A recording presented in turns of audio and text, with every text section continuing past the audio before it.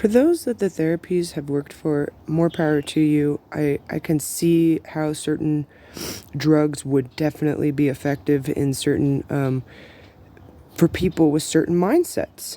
But I want you to keep in mind this. When they discovered LSD and they took LSD to India and shared it with the rishis and the sages, they didn't feel a fucking thing. So it doesn't have to do with the body. It has to do with the mindset that's being restructured or formatted or visited or understood.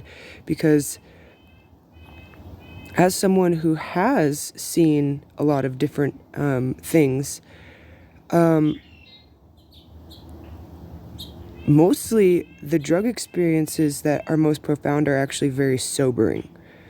It is not the times where you feel free and loose. It's the times where it's like, oh, like it's like a revelatory understanding. And from some biblical perspectives that I've heard, they consider things like psychedelics kind of an illegal pass in the spiritual realm to certain information. But in other realms, you go and you work with shamans and you work with psychedelics, and that I would consider very to be very godly, not a pass at all. Having to work with a shaman and do the practices is doing the work. But I don't know. But it's not about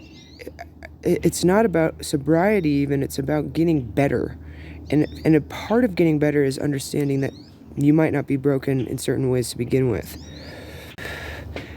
And that brokenness is what makes you you. Like, with all due respect, I know that they say that you're not your mistakes and you're not your failures, but in a lot of ways, the things that, I don't know, that you've gone through are kind of what make you you. And I don't know if it's not in the sense that, like, I guess I just don't see the sense in consistently revisiting the past to get to the future. I think history is really interesting and really fascinating, but in terms of like personal growth, I think it more seems like pouring salt on an open wound. It doesn't actually, I don't know if it helps, like therapeuticizing and talking about certain aspects of our experience.